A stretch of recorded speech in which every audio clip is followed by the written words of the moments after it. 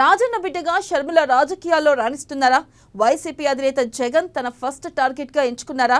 కాంగ్రెస్ పార్టీని అడ్డం పెట్టుకుని అన్నపై కౌంటర్లు వేస్తున్నారా? జగన్ పులివెందుల రహస్యాలను బట్టబయలు చేసి ఆమె సాధించింది ఏంటి? అందరి చేత జగన్ ని టార్గెట్ చేయించి పైచేయి సాధించారా? అసలు షర్మిల చేస్తున్న రాజకీయం ఎవరి కోసం?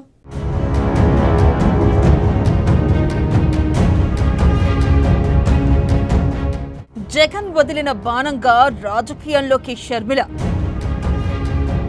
తెలంగాణలో వైఎస్ఆర్టీపీ పేరుతో పాదయాత్రలు. కాంగ్రెస్ లో పార్టీ విలీనంతో ఏపీ పీసీసీ చీఫ్ గా ఎంపిక. 2024లో జగన్ ఓటమి కోసం షర్మిల ప్రచారం. తల్లి చెల్లితో జగన్ పై వ్యతిరేకంగా ప్రచారాలు. కాంగ్రెస్ ని నమ్ముకుని షర్మిల ప్రయాణం. ప్రతి అంశంపై జగన్ ను టార్గెట్ చేస్తున్న చెల్లెలు. వైఎస్ రాజశేఖర రెడ్డి బిడ్డగా వైఎస్ జగన్ వదిలిన బాణంలా ఏపీ రాజకీయాల్లోకి దూసుకొచ్చారు వైఎస్ షర్మిల. ఏపీలో వైసీపీ గెలుపుతో తెలంగాణ రాజకీయాల్లోకి అడుగుపెట్టారు. వైఎస్ఆర్ తెలంగాణ పార్టీ పేరుతో తెలంగాణలో పాదయాత్రలతో రాజకీయం మొదలుపెట్టారు. ఆ తర్వాత జరిగిన పరిణామాలతో షర్మిల పార్టీ విలీన ప్రక్రియతో తిరిగి పుట్టింటికి చేరుకున్నారు. ఏపీ కాంగ్రెస్ పార్టీకి అధ్యక్షురాలిగా ఏపీలో తిరిగి రాజకీయం మొదలుపెట్టిన షర్మిల తన రాజకీయ భవిష్యత్తు కోసం రాజకీయం చేస్తున్నారా, లేక తన అన్న జగన్ రాజకీయ భవిష్యత్తును సమాధి చేయడానికి రాజకీయాలు నడుపుతున్నారా అన్న చందంగా ముందుకెళ్తున్నారు.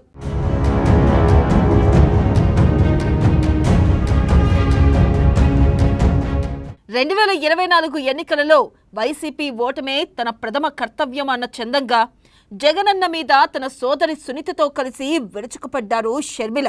చివరికి తల్లి విజయలక్ష్మితో కూడా తనకు అనుకూలమైన స్టేట్మెంట్స్ ఇప్పించి జగన్ను నైతికంగా పతనం చేయగలిగారు షర్మిల. వైఎస్ కుటుంబమంతా తన వైపే నిలబడింది అనేలా వివేక కుటుంబంతో కలిసి ఎన్నికల ప్రచారానికి దిగారు. తాను రాజకీయంగా ఓడినప్పటికీ వైసీపీ ఓటమితో నైతికంగా తన పంతాన్ని మాత్రం గెలిపించుకున్నారు. ఇలా ఒకప్పుడు అన్న గెలుపు కోసం పాదయాత్రలు చేసిన చెల్లి ఇప్పుడు మాత్రం అన్న వినాశనాన్ని కోరుకుంటూ రాజకీయ యాత్రలు చేస్తున్నారు.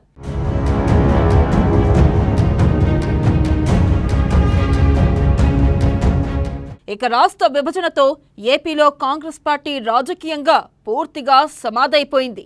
ఏపీలో ఇప్పుడున్న త్రిముఖ పోటీలో కాంగ్రెస్ పార్టీ తిరిగి పూర్వ వైభవానికి రావడం అనేది అసాధ్యమైన విషయమే. ఇక ఆ పార్టీని పట్టుకొని షర్మిల రాజకీయంగా ఎదగాలి అనుకోవడం అంటే కుక్కతోకలు పట్టుకొని గోదారి ఈదినట్టే అవుతుంది. అయినా కానీ షర్మిలకు మరో అవకాశం లేకుండా పోయింది. ఇటు అన్నకు వ్యతిరేకంగా టీడీపీలోకి కానీ జనసేనలోకి కానీ షర్మిల వచ్చే పరిస్థితి లేదు.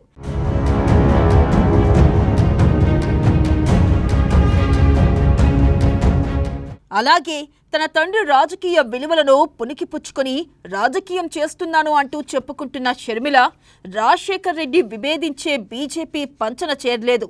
కానీ అన్నకు వ్యతిరేకంగా తన గలం వినిపించడానికి పులివెందుల కోట రహస్యాలతో వైసీపీని భయపెట్టడానికి మాత్రం షర్మిలకు ఒక రాజకీయ వేదిక అనేది అవసరం. ఇప్పుడు షర్మిల ఆ దిశగానే రాజకీయం చేస్తున్నట్లుగా కనిపిస్తున్నారు. అందులో భాగంగానే సందర్భం చిక్కినప్పుడల్లా వైసీపీ మీద, ఆ పార్టీ అధినేత మీద షర్మిల విరుచుకుపడుతున్నారు. ప్రజలివ్వని ప్రతిపక్ష హోదా కావాలంటూ గగ్గోలు పెడుతున్న జగన్ ప్రజలు తనకిచ్చిన 11 ఎమ్మెల్యే స్థానాలకు గౌరవం ఇస్తున్నారా?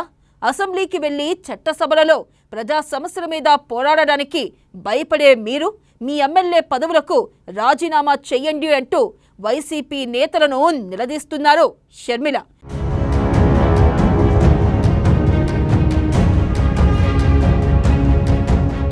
బీజేపీతో వైసీపీ చేసే తెరచాటు రాజకీయాన్ని బహిర్గతం చేస్తున్నారు షర్మిల. అలాగే జగన్ మోదీకి దత్తపుత్రుడు అంటూ జగన్ పై కౌంటర్లు వేస్తున్నారు.